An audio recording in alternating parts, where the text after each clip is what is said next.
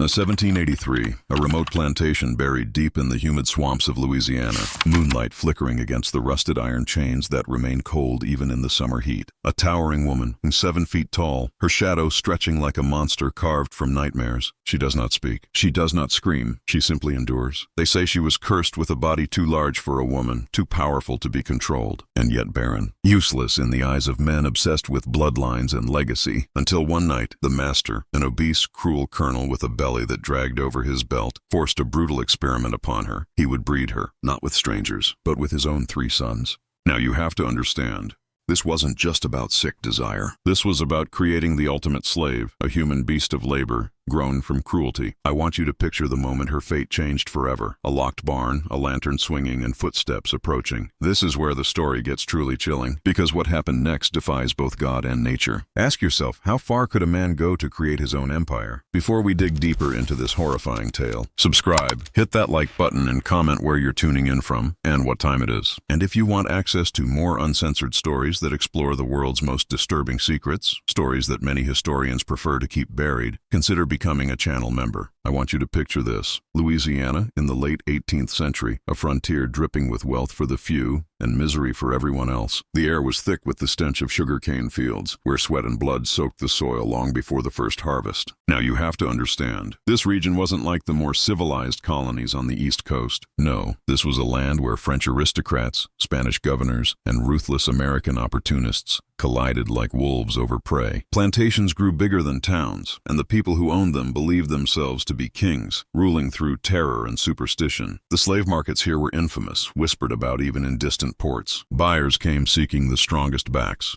the tallest frames, bodies capable of surviving the brutal labor that sugar demanded. Humans were weighed like cattle, inspected like machines, and when someone like Mama Grande appeared, towering above the others, silent yet frighteningly powerful, she wasn't viewed as extraordinary. She was viewed as prophet. This era worshipped physical strength while crushing the spirit that carried it. The enslaved lived under constant surveillance, every movement judged as either productive or punishable. And somewhere, amid the swamp heat and the screams lost to the night, one man decided that strength could be manufactured, bred, like a product. Now, you have to understand who we are dealing with. The plantation was controlled by Colonel Beauregard Laroche, a man whose reputation stretched across parishes like a dark shadow no one dared to acknowledge. Obese from years of excess, his cheeks sagged over his collar and his fingers sparkled with rings paid for by the very lives he exploited. He didn't walk, he lumbered, each step a reminder that his authority required no grace, only fear. But it wasn't the colonel alone who cast terror over the enslaved. He had 3 sons, and each one was shaped in his own twisted image. The eldest, Henri, was a decorated militia officer, charming to visitors yet cruel in private, the kind of man who smiled as he inflicted pain. The second son, Marcel, fancied himself a scholar, obsessed with theories of superior bloodlines, scribbling notes in a leather journal as though human suffering were simply data. The youngest, Etienne, had no pretense at all. He was violence made flesh, a brute who saw the enslaved not as people but as toys to break and discard. Together, under their father's rule, the Laroche men became something like a pack of predators. And when they gazed upon Mama Grande, they didn't see a woman. They saw an opportunity to become gods over flesh and future. Let's be real. Monsters rarely call themselves monsters, and Colonel Laroche was careful to present his intentions under a polished veneer of progress. To his wealthy peers, he described Mama Grande as a gift from Providence, a specimen of rare physical excellence. He threw dinner parties where he bragged about conducting a grand agricultural experiment, improving plantation productivity through selective human pairing, as though he were breeding horses instead of people. He painted himself as a visionary, a man daring to explore the boundaries of science for the economic benefit of the colony. The church officials nodded in approval, soothed by donations and honeyed words. The politicians applauded his creativity in protecting the region's prosperity. And the newspapers, those few willing to comment, referred to him as an innovator, solving the labor crisis in a new and daring way. But behind those respectable facades, every enslaved person understood the truth. This was not innovation. This was violation sanctified by wealth. The plantation overseers were instructed to keep quiet. Any dissent would be punished as rebellion. Rumors of the colonel's special breeding program slid through the quarters like snakes in the dark. But anyone speaking too loudly found themselves whipped or sold away. The lie was simple. This was progress. The reality was horrifying. He was manufacturing suffering for profit, and Mama Grande was his centerpiece. I want you to picture this. Behind the grand facade of the plantation mansion, with its marble columns and polished silverware, lay a hidden network designed for one purpose only: control. Now, you have to understand, the LaRoche estate wasn't just fields and barns. It was a machine. Beneath the slave quarters were reinforced holding cells, built from thick cypress wood and rusted iron bars, where anyone deemed uncooperative was locked away from the world. A separate structure known as the breeding barn stood at the far edge of the property, isolated by a swampy moat of stagnant water. It smelled of damp straw, sweat, and fear. No music, no laughter, no sunlight, only chains and the echo of muffled cries. Inside, every detail was calculated: shackles sized for wrists of extraordinary width, a reinforced birthing chair carved like a piece of war equipment, and a narrow journal table where Marcel scribbled his twisted notes. Overseers patrolled its door at night, armed not just with whips, but with silence. What happened inside those walls was never to be spoken of, not even in whispers. Workers were rotated out frequently so no one would learn too much.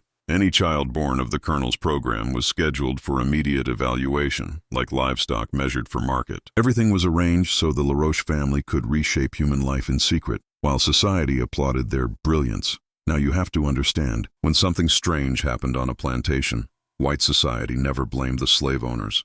They blamed the enslaved.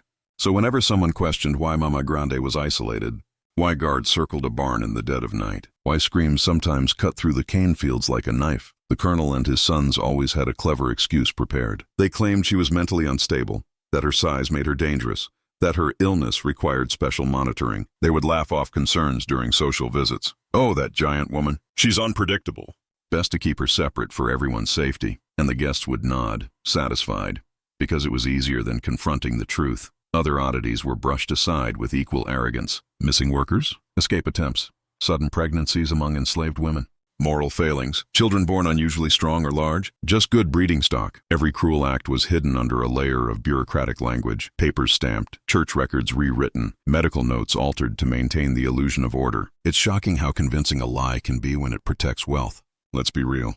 The greatest conspiracies are built not on secrecy alone, but on the willingness of society to look away. And on the LaRoche plantation, everyone looked away, except those who suffered in silence.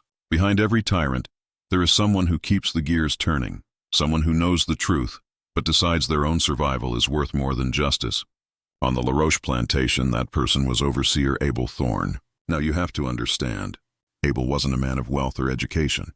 He started as a poor drifter, working odd jobs at docks and slaughterhouses before the colonel found use for his willingness to obey any order. He was the kind of man who followed rules without questioning why they existed, and that made him dangerous. Abel kept the schedules, controlled the movement of the enslaved, and ensured Mama Grande was escorted only where the colonel permitted. He enforced silence with a stare and compliance with a whip. What made Abel truly complicit wasn't just what he did, but what he refused to see. He told himself he was merely doing a job, feeding his family, surviving. He convinced himself that Mama Grande's suffering was necessary for the plantation's success, and that success would protect him too. But every night as he locked that barn door, he heard the crying. He watched the bruises appear on bodies that should have been cared for, not destroyed. Abel wasn't stupid. He knew exactly what the colonel was doing. He simply chose to pretend that he didn't, because sometimes the most terrifying collaborators aren't the ones who act. They're the ones who watch and stay silent. Now, I want you to picture the people whose lives were forever altered by the LaRoche family's monstrous ambition. The enslaved on this plantation were not nameless bodies toiling under the sun. They were mothers who hummed lullabies into the night air, fathers who carved little wooden toys for children who would never know freedom, young lovers stealing seconds of joy behind the cane rows.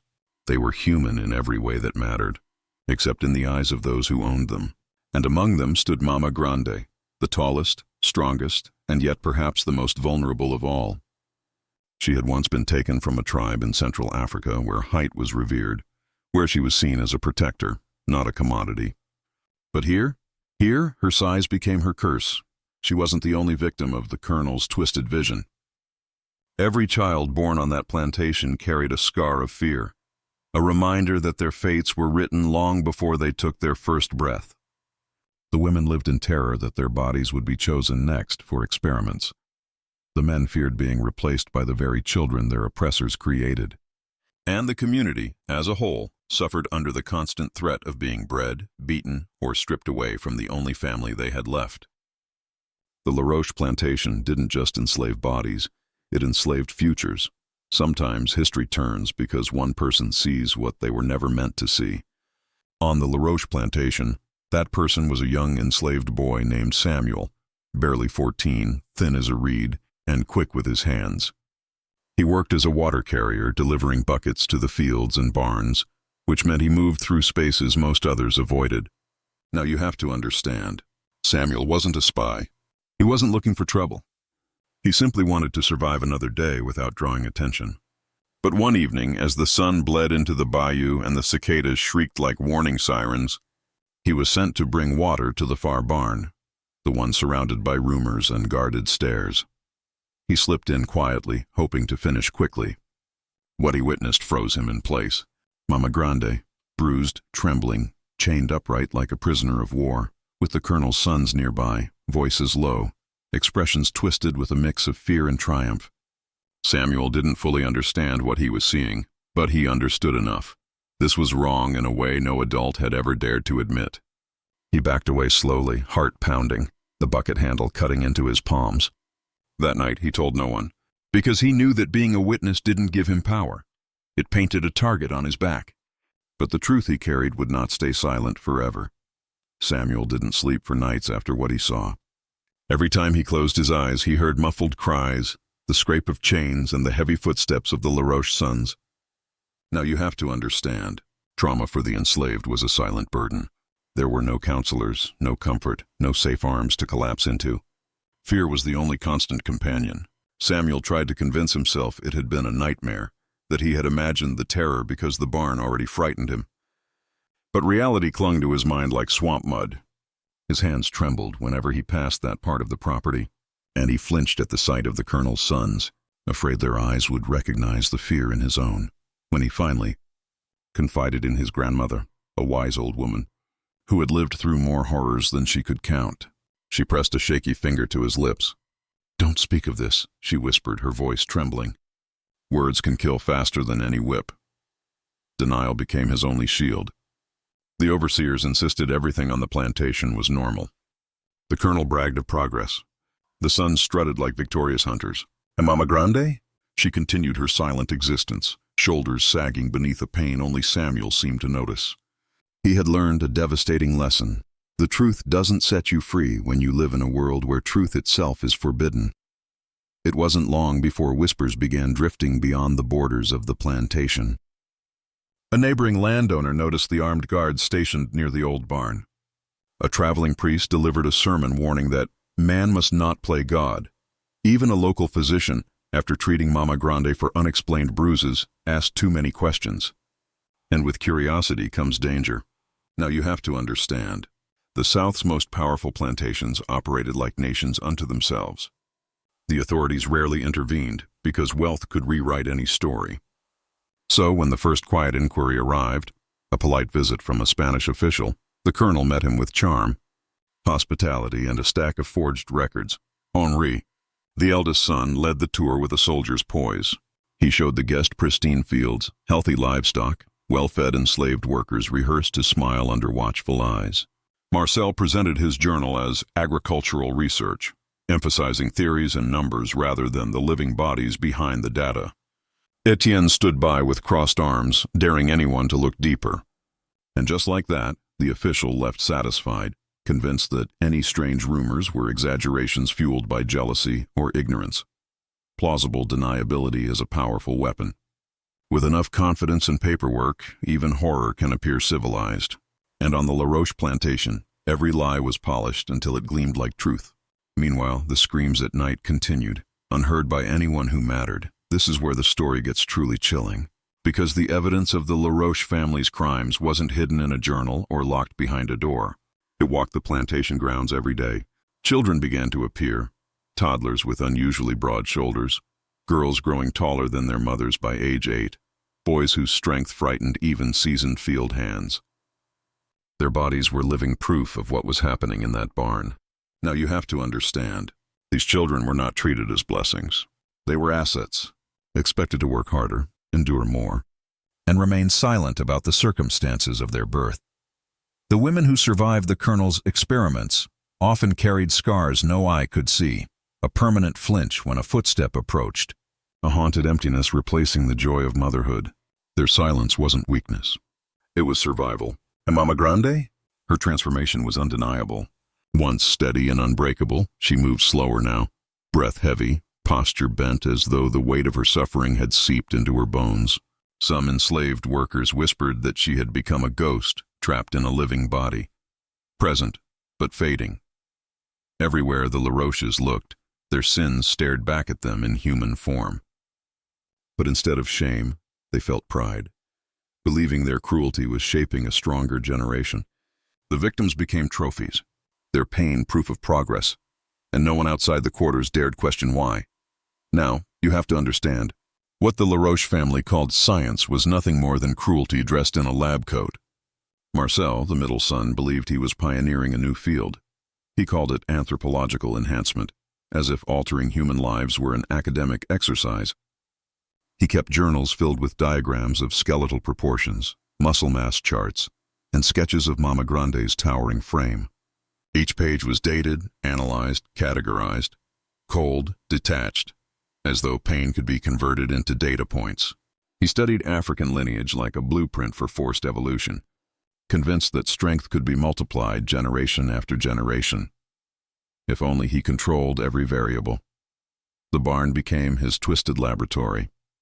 The temperature was monitored, diets were regulated, healing times documented. Overseers were ordered to report physical changes, height, endurance, resilience, without acknowledging the psychological devastation behind those numbers. Marcel's theory was simple and horrifying. If you take the strongest woman and force her to produce offspring with men selected for dominance, the results would be superior workers. Human beings reduced to results in an experiment no one consented to. Let's be real. Real science seeks to understand humanity. Marcel sought to redesign it. He didn't see slaves, he saw prototypes. And if something didn't go according to plan, he didn't revise the method. He blamed the subject. On the LaRoche plantation, suffering wasn't a side effect. It was the foundation. Every horror story eventually meets someone who refuses to look away. Someone who decides that silence is no longer an option. On this plantation, that person was not a soldier, not a politician, not a man of power. It was a healer. Her name was Adeline Carter, a free woman of color trained in herbal medicine and midwifery, a profession that granted her rare access across plantation lines. Now you have to understand, free didn't mean safe. Adeline lived in a world ready to chain her at the slightest misstep. But she carried herself with confidence, intelligence, and a stubborn moral courage that often put her in dangerous proximity to the truth. Adeline was called to the LaRoche plantation to treat routine injuries among the workers, but she saw far more than she was allowed to speak of. She noticed the unusual size of the children, the hidden bruises, the way Mama Grande's eyes, once fiery and proud, now held a silent plea for help. Adeline's heart burned with questions. She knew suffering when she saw it, and she sensed something monstrous festering beneath the plantation's polished surface. She could have walked away. Pretended ignorance protected her small, hard-won freedom, but when Samuel, trembling, voice cracking, finally trusted her enough to share what he had witnessed, Adeline made a choice. She would not let this horror continue unchecked. She would become the invisible enemy in the LaRoche empire, the truth-seeker hiding in plain sight. Adeline knew that exposing the LaRoches would take more than righteous anger. It demanded caution, cunning, and a willingness to navigate a serpent's nest without getting bit. She began her investigation quietly, masking curiosity behind her role as a compassionate healer. When the overseers shadowed her movements, she pretended she was simply tending to fevers or delivering salves. But while she worked, her sharp eyes traced every scar and calculated every lie. She asked gentle questions disguised as small talk. She learned which families had lost children, which runaways were never seen again, which of Mama Grande's orders were sharpened by fear. Adeline noticed something strange in the infirmary, vials of tonics she had never encountered in any medical practice. Thick liquids, milky, almost luminescent, hidden among the supplies meant for basic care. She also discovered an underground storage room, its entrance masked by barrels where sacks of minerals and jars of unfamiliar powders were delivered under strict secrecy. And every delivery night, bizarre cries could be heard echoing from the sugar mill, long after the fires died. She stitched together the pattern. The children's unnatural growth, the sudden deformities, the disappearance of rebels, and the LaRoche's insatiable hunger for results.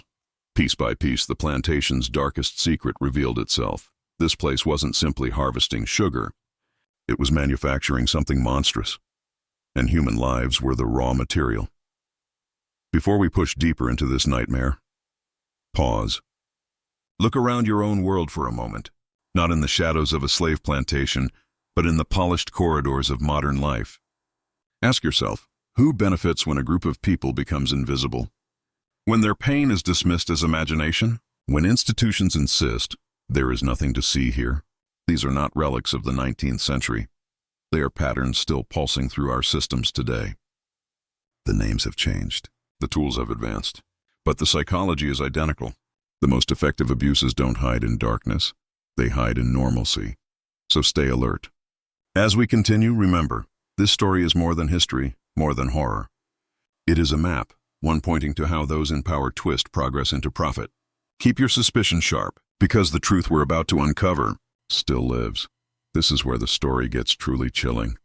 Because all the rumors, the testimonies, the whispered suspicions, none of it held real power until the hero uncovered what the colonel had hidden beneath the earth. While sneaking through the plantation late at night, lantern dimmed to a faint glow, they discovered a concealed entrance disguised under broken crates and bundled hay. A staircase descended into a sprawling underground chamber, cool, silent, and soaked in dread. On the walls hung medical charts with measurements of enslaved women's hips, height graphs of men labeled stud grade, and rows of preserved jars containing infant remains too deformed to live. Every shelf screamed proof. Then came the most damning discovery: a locked cabinet filled with meticulously categorized breeding logs. These records documented every forced pairing, every pregnancy, every child born or lost, written in the colonel's own proud handwriting. Receipts from doctors, detailed letters from investors, payments for abductions. It was a library of systematic evil, and in one final punch to the soul, photographs. Early, crude camera images of towering women forced into poses and children whose bodies bore the genetic consequences of exploitation. Their eyes, even frozen in black and white, pleaded for help decades too late. Now you have to understand, this wasn't just evidence. It was the truth carved into history, and once seen, it could never be unseen again. The night of the escape began without warning. Or perhaps the warning was the silence itself. The air, usually filled with the restless groans of the enslaved, became so still that even the cicadas seemed afraid to breathe. James, trembling but determined, signaled the captives one by one, leading them through a gap in the perimeter fence he had loosened over weeks of secret work.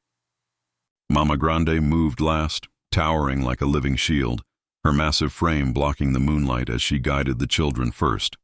Always the children. Freedom was just beyond the tree line, where the swamp promised danger, but also anonymity. And for a heartbeat, hope felt real. Then a bell clanged, shrill, metallic, merciless. The colonel's voice exploded across the night, followed by flood torches flaring to life like artificial suns. The breeding suns roared after them, shotguns cracking, hounds unleashed with snarling hunger. Mud swallowed ankles, branches whipped faces. Yet the fugitives pushed forward, driven by terror stronger than exhaustion. James glanced back only once. The sight was a nightmare. Soldiers grappling with Mama Grande, her strength unmatched, but her steps slowed by years of forced obedience. She screamed, not in pain, but in command. "Run!" Her voice carried into the swamp like thunder, buying them seconds that felt like salvation. The chase was now a war for survival, and every heartbeat could be the last. By dawn, the survivors emerged from the swamp, soaked, shivering, and barely able to stand. Ahead of them lay what they believed was salvation, the edges of a bustling port town, where ships creaked against docks and merchants shouted over crates of goods bound for distant worlds. Civilization, law, witnesses, everything the plantation lacked. James raised his hand in a shaky plea for help, expecting alarm, compassion, something. People stared, but their eyes slid away just as quickly. Dock workers muttered among themselves, careful not to linger too long on the unsettling sight of these exhausted giants and terrified children. Respectable citizens didn't challenge powerful planters. They survived by pretending not to see. And then came the worst betrayal: uniforms. Not soldiers of liberation, but deputies bearing the plantation's brand of authority. The colonel had arrived first with his version of the truth, pointing his cane like a weapon as he spun a tale dripping with legal poison. Stolen property, violent runaways, a danger to society. Suddenly the world flipped upside down. James, once a hidden hero, became a hunted criminal. Mama Grande, despite her injuries and chains, was labeled the aggressor. The children clung to her skirts as the deputies closed in, and those who watched did so with lowered heads, convinced that obedience was virtue and intervention was death. Civilization, they learned, can be just another prison, cleaner, but no less cruel. The turning point came only when whispers grew too loud to ignore. A foreign journalist, stirred by inconsistencies in the colonel's claims, pressured the governor to authorize an official raid. It was meant to be a quick inspection, a polite confirmation that nothing unusual was happening on the plantation. But when the raiding party pushed open the locked wooden door at the back of the barn, the world changed. Lantern lights spilled over rows of metal pens, too small for any adult, yet lined with restraints. Jars of strange concoctions rested beside crude medical instruments stained with rust and something darker. Shackles dangled from beams, positioned at heights that matched the enormous stature of the enslaved women once held here. And then came the sounds, low, pained moans still echoing from the earth beneath them. A trapdoor revealed a hidden cellar, hotter than any human space should be, where records of breeding cycles, offspring viability, and muscle yield predictions were neatly cataloged, scientific cruelty masquerading as research. No one spoke at first. The investigators simply stared, confronted by proof that human beings had been reduced to livestock, engineered for labor like monstrous trial animals. One officer retched. Another dropped his weapon in shock. But the colonel, standing behind them with a smile as brittle as bone, simply asked, "Now do you understand the future I've built?" His voice made it clear this wasn't an accident. It was a blueprint. For the first time, the facade of plantation nobility cracked. Those who once admired the colonel's wealth now saw the truth. His fortune wasn't brilliance, but butchery. The raid forced investigators to peel back every layer of his operation, and what they uncovered implicated far more than a single monstrous family. Letters between the colonel and government. Officials revealed financial incentives for experimental labor enhancement. Physicians in polished city offices had signed off on the breeding program as a biological advancement for agricultural efficiency. Influential businessmen had funded shipments of enslaved women chosen specifically for their size and strength. This was not madness. It was a coordinated enterprise, human engineering disguised as economic progress. The colonel's sons, long shielded by their status, lost their smug confidence under interrogation. One broke first, admitting that their father had promised them immortality through a legacy of engineered giants. Another insisted they were patriots of industry, claiming their victims were investments. Their twisted logic shattered in the face of the evidence. The pens, the chains the pregnant bodies forced into obedience. Their masks were gone now, revealing what they truly were. Not aristocrats, not visionaries, but predators feeding on the powerless. As their crimes were read aloud, a chilling realization spread. Evil doesn't need shadows. It thrives in plain sight, protected by respectability, legitimized by paperwork, and applauded by those too frightened to question its success. Now you have to understand, this nightmarish scheme did not end at one plantation's fence line. Once investigators dug deeper, a network emerged, a transatlantic pipeline trading in bodies selected for traits, bought and cataloged like livestock. Correspondence found in the colonel's study linked him to brokers in Charleston, Havana, and even ports along the West African coast. These letters described specimens in the cold language of commerce: height measurements, muscle mass, reproductive success rates. This was not merely slavery. This was eugenics before the world even had a word for it. We learned that multiple plantations had quietly begun similar programs, experimenting on enslaved people to create stronger field laborers. Ships were commissioned to bring women labeled breeding grade from regions famous for tall tribal lineages. In return, American goods flowed back across the ocean. Cotton, tobacco, commodities stained with human suffering. Even doctors in Europe were aware of the results and sent inquiries requesting biological summaries for academic curiosity. Let's be real. The scale of complicity was staggering. Wealthy families dined with church leaders who blessed their prosperity. Investors toasted profits built upon genetic torture, and political leaders enjoyed industries kept afloat by human experiments. It wasn't one villainous household. It was a global machine fueled by greed, and the belief that some humans existed only to be improved, exploited, and erased. I want you to picture this. A community that knows everything yet speaks nothing. After the raid, townspeople insisted they were shocked, appalled even, by what had unfolded just miles from their doorsteps. But investigators quickly discovered something far more sinister than ignorance: complicity through silence. Local merchants had noticed bulk orders of medical supplies that no typical plantation required.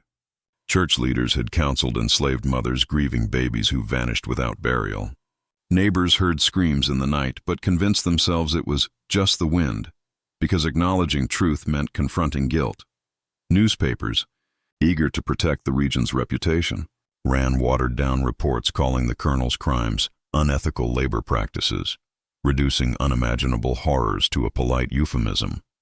Lawyers advised victims to stay quiet for safety. Politicians cautioned that exposing the full truth would damage the economy and ignite unnecessary panic. And so, society did what society does best when power is threatened. It looked away. Let's be honest, silence is the most polished weapon of all. Not a single whistleblower came forward until the accidental witness forced open the first crack. And even then, some locals blamed her, accusing her of exaggeration, of slander, of stirring chaos. Because if everyone pretends evil doesn't exist, perhaps it never did. But the truth was there in plain sight. A community that chose comfort over conscience. A society that decided monsters deserved protection more than their victims ever would. In the end, justice arrived. But like most justice in history, it limped in late and exhausted. The colonel, stripped of his wealth and stripped of the respect he once wielded like armor, was sentenced to life imprisonment. Yet even behind bars, he never showed remorse. He insisted his work was progress interrupted, that future generations would praise his contributions to society. In his twisted mind, he was not a criminal. But a visionary misunderstood. His eldest son attempted escape during transport and was shot dead, a sudden messy end to a life built on entitlement. The middle son, the coldest and most calculating of the three, negotiated a lighter sentence by turning against his family. He lived out his remaining years in anonymity, rumored to have continued dark interests in private. And the youngest, barely a man but already molded into cruelty, spent decades in prison therapy programs, wrestling with whether he had ever possessed a conscience of his own. As for the collaborators, the physicians, the traders, the officers, most received nothing more than tarnished reputations. Some quietly relocated and resumed their professions. Others reinvented themselves as advocates of humanitarian reform, laundering history by changing costumes. Now, you have to understand, evil rarely ends with handcuffs. Some villains walk free, protected by influence and distance. Some rewrite their legacy. Others simply wait, patient as disease, for the world to forget and the opportunity to rise again. History books often sanitize stories like this one, trimming away the discomfort until only a palatable lesson remains. But the truth here is raw, and it leaves scars. The descendants of the survivors carried both the trauma and the proof of what was done, genetic markers of forced experimentation, family lines built not from love or choice, but from violence. For decades, whispers circulated through communities, tall children with strong frames and sorrowful eyes, wondering why their lineage began in fear. Their very existence challenged society's desire to forget, and yet, there is a strange defiance in survival. Every child born despite the cruelty, every mother who refused to break, became a living testament against the ideology that labeled them subhuman. They rebuilt families from the ashes of atrocity, proving that humanity is not something that can be engineered or erased by the powerful. Let's be real. This story forces us to confront an unsettling moral. The worst evils aren't committed by mythical monsters, but by ordinary people who convince themselves their cruelty has purpose. People who call exploitation innovation, who disguise domination as destiny. When a society values profit and prestige over dignity, the line between progress and barbarism evaporates. So the legacy isn't just about what happened. It's about what we choose to remember and what we refuse to allow again. Because silence, as we've seen, is the first permission evil requires. Before we end tonight, I want you to sit with one unsettling thought. Could this kind of horror still exist in some hidden corner of the world? Could men in power still decide who deserves to be born and who exists only to serve? History doesn't fade, it adapts. And the moment we stop questioning authority, the moment we assume we're too advanced for such cruelty, that's when darkness returns. So if you believe stories like this must never be buried, make your voice loud. Comment your thoughts below. Tell us where you're watching from, and if cases like this shock you or simply confirm the truth about human nature. Subscribe if you want more investigations into the crimes history tried to erase, and be ready for our next story. A government experiment that didn't end when the files were stamped. Classified. The question is, what happened to the children?